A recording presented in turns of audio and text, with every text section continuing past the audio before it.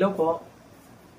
Ang video nito ay tungkol sa pagtimpla ng nutrient solution para sa spirulina. So, meron akong spirulina. Nabili ko online. Mga 200 ml lang siguro yung dami nito. Kailangan nating mapadami. Ang gagawin natin ngayon, magtitimpla tayo ng nutrient solution para sa spirulina. Ngayon, meron ako nakita sa internet na nutrient solution. So, tinatawag nila na Zaruc Medium. So, itong Zaruc Medium, may mga nutrient siya na nakalagay, pero wala akong paraan para makuha itong mga to. Ang idea, gagamit na lang ako ng ibang nutrient solution. So, itong nutrient solution na meron ako, ito ay Yamasaki Hydroponic Solution. Para to sa mga nag-hydroponic, yung walang lupa na pag-aalaga ng tanim, ng halaman. So, binababad lang nila yung ugat ng halaman sa tubig. So, gamit ang nutrient solution. Bali, ito yung gagamitin ko na pamalit para sa nutrient solution ng spirulina. So, susubukan ko na ito yung gagamitin. At syempre, ibabase pa din natin yung ibang ingredients. So, ang pinaka-main ingredients kasi ng nutrient solution para sa spirulina ay baking soda or sodium bicarbonate. So, ito yung pinakamarami na ingredients. Tapos, maglalagay din tayo ng asin. So, konti lang yung asin. Bale, titimbangin natin yung ilalagay natin.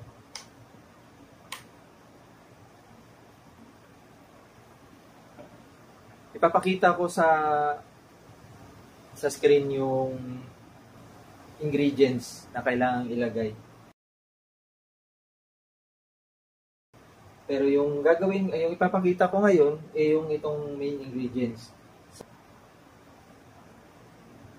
Bali, kailangan natin ng 16.8 grams nito. By the way, itong pala, may nakalagay pure baking soda. So, ang kailangan yung bilhin ay dapat sodium bicarbonate lang yung nakalagay. Meron kasing isang brand nito. Kaya pala ito yung binili ko kasi food grade to. Yun nga lang, yung isang klase nito ay pag tinignan yung ingredients, meron siyang anti-caking ingredients. So, meron siyang ibang ingredients. So, hindi siya pure. Meron pang starch na kasama yun. So, ito yung, pag bumili kayo online, piliin niya tong pure na sodium bicarbonate lang yung laman. Titimpla na tayo.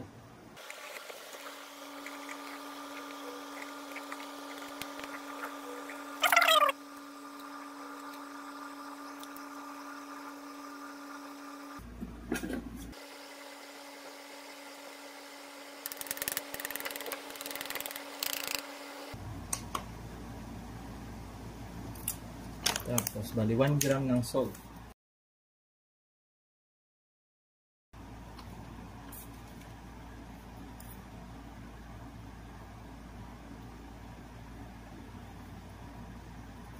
One gram. So, gawin na nating 2 grams. Kasi kailangan palang, meron pa palang calcium chloride. Kasi wala tayong calcium chloride. So, magdadagdag na lang ako. Gawin ko na lang 2.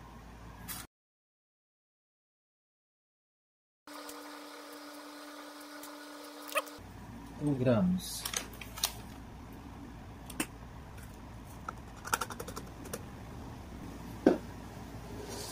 Tapos, maglalagay ako nito ng dalawang 8 ml. So, bali 16 ml. Kasi sa normal na timpla nito, dapat 8 ml lang yung ilalagay.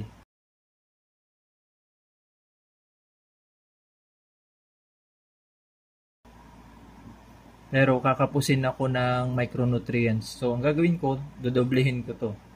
So, 16 ml. Ang ilalagay ko.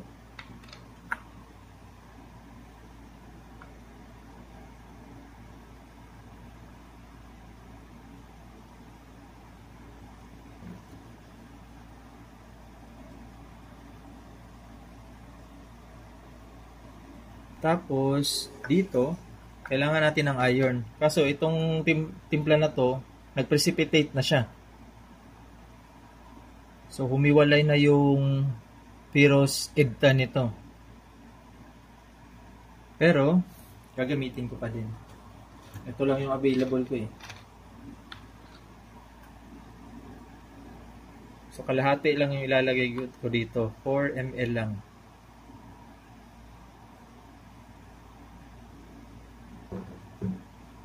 Ayan. 4 ml.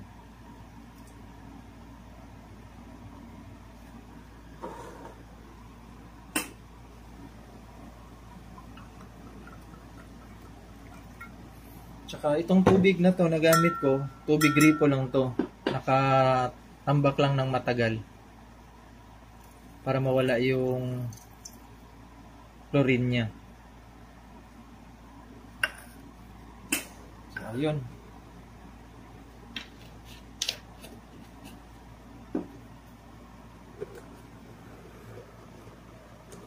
Dito na lahat yung ingredients. Tapos, ito, 1 litro naman to. Ibubuhos ko na lahat.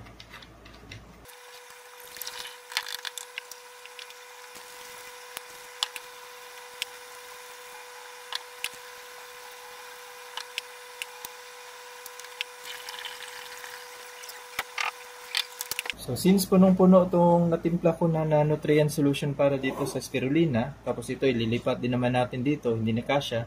So, hahatiin ko ngayon tong 1 litro na to. Actually, more than 1 liter na to kasi may nahalo na nutrient solution kanina.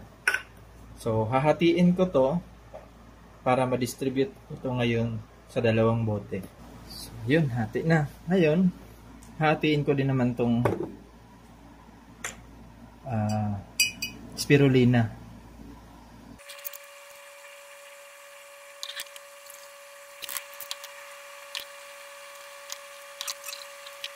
So, saktong 200 ml pala yung laman nito. Pagkakataon na din to na i-test yung pH ng solution para may idea ako sa umpisa kung ano yung pH niya. So, mababa pa yung pH niya. Dapat nasa 9.2 daw yung pH nito eh.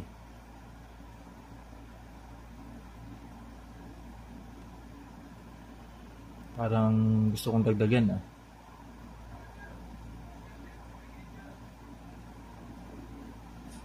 Anyway, subukan muna natin sa ganito.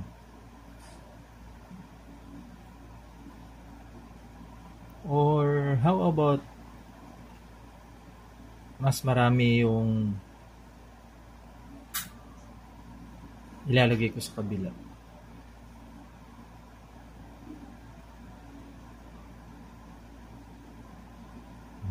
Sige. Idadagdagan ko yung isa ng 5 grams. Sumobra, naging 6.1. Pero sige, ito na ilalagay ko.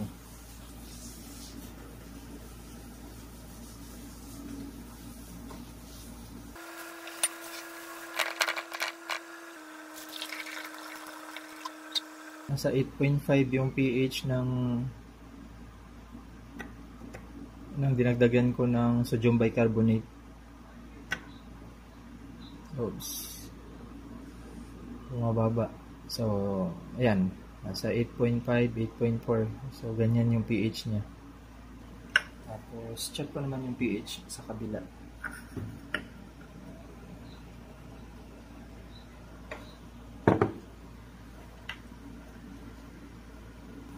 Mas mataas pa yung pH ng isa.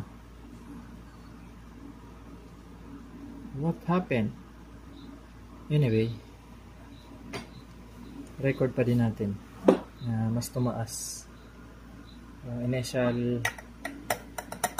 test.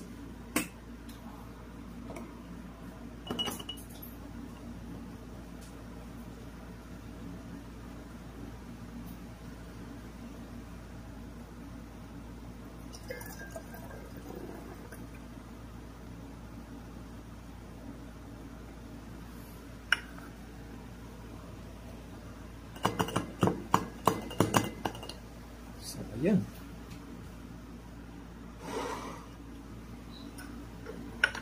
Lalagyan na lang natin ng markings.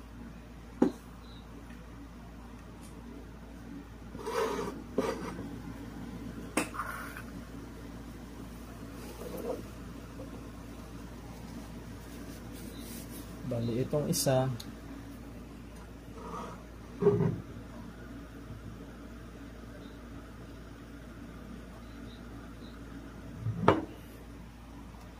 nag-ano ko plus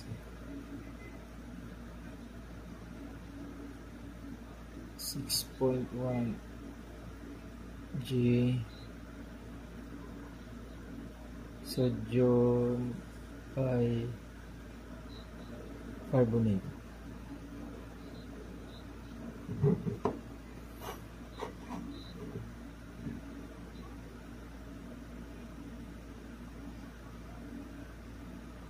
Set B.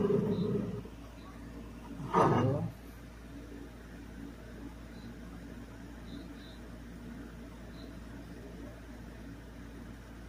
Set A.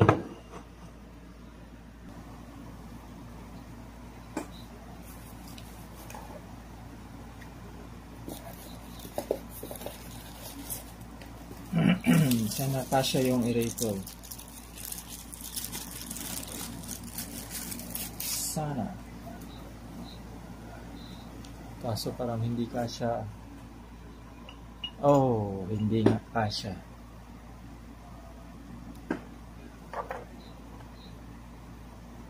So, bili na lang tayo ng mas magandang eraser. Airstone pala. Kasi hindi kasya yung airstone.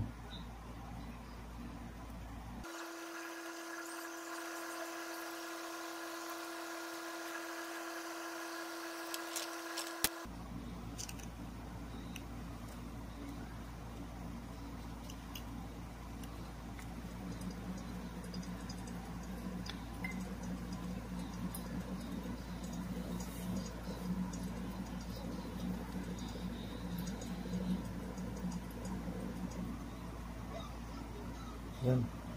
Yun ang kagandahan nitong timer na to kasi hindi siya dire-diretso.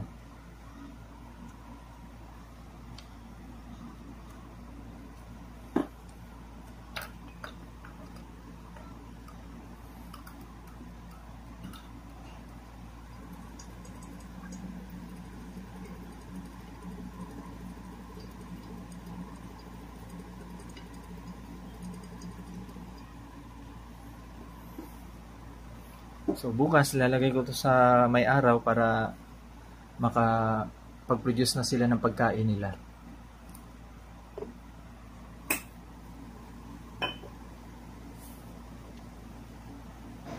Ang kagandahan pala nung nabili ko na aerator ay meron siyang time na humihinto. So bali 10 seconds siya na aandar tapos mamamatay naman siya ng 20 seconds. So hindi siya dire-diretso. Tipid siya sa battery. Tapos USB-C yung charging port niya. Mas maganda pa to kung may solar panel para free electricity yung aerator.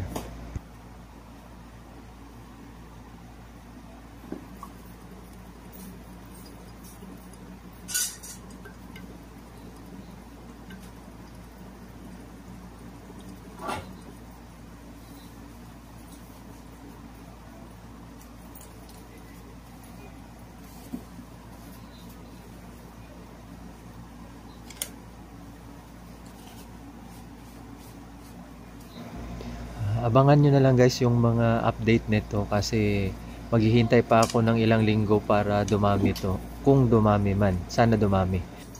Pag hindi naman to dumami, susubukan ko yung fertilizer na ginamit ko dati. Fertilizer yung ginamit ko as nutrient solution. Naalala ko na. Peter's Professional yun na 20-20-20 na complete fertilizer. So yun pala yung ginamit ko dati na napadami ko siya ng husto. Pero try ko pa din to kasi maganda tong solution na to, yung Yamasaki.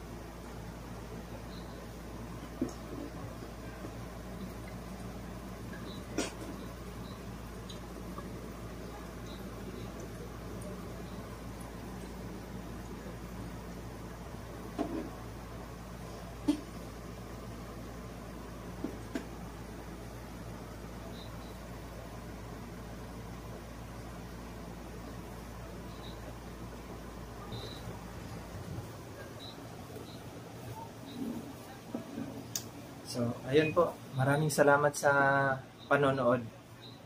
Hanggang sa muli, update ko lang kayo kung ano mangyayari dito, kung mabubuhay ba to o mamamatay sila. So, sana mabuhay. Thank you.